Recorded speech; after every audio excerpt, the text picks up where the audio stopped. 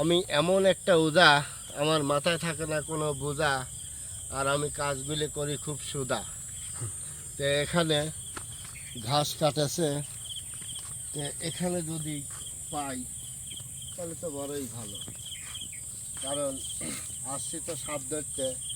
ঘাস কেবল এইটুক কাটা হয়েছে, ঘাস কেবল একটু কাটা হয়েছে, আর তো কাটা হয় নাই।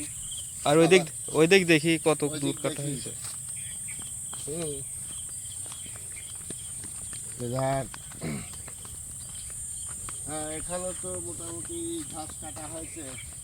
আসলে আজকে কি চান্স কি মিস করলাম, কারণ চিন্তা ভাবনা করেছিলাম যে 50টা সাপ ধরবো, 50,000 টাকা করে এক এক সাপের ইতে পুরস্কার দিব, তাতে 25 লাখ। এই 25 লাখ পালি পরেই তো আমি বড়লোক হয়ে যেতাম, আমার আর কিচ্ছু করা লাগতো না। তাহলে হ্যাঁ, আমাকে কয় লাখ দিবে না? তোমার মনে করো যে লাখ 2 টাকা দেবো না, সমস্যা কি? না তাই কি হয়, তুমি 2 লাখ টাকা দিবে মানে কি কও? তাহলে তাও মনে করো যে 25-এর বিধি, মনে করো তোমাকে আমি 10 লাখ টাকাই দিলাম, আর 15 লাখ টাকা আমার থেকে যাবে। না, তুমি আমাকে দিবে মোট 12 লাখ, কারণ আমার একটা স্বপ্ন আছে। স্বপ্নটা হচ্ছে কি, আমি এই 12 লাখ টাকা দিয়ে আমি বিদেশ চলে যাব।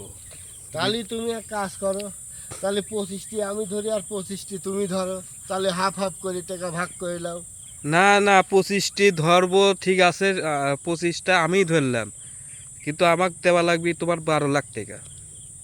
না, এত দেওয়া যাবি না, কারণ মনে করো যে কষ্ট করলাম আমি, সব করলাম আমি, আর আমি যদি তোমাকে যদি দেই।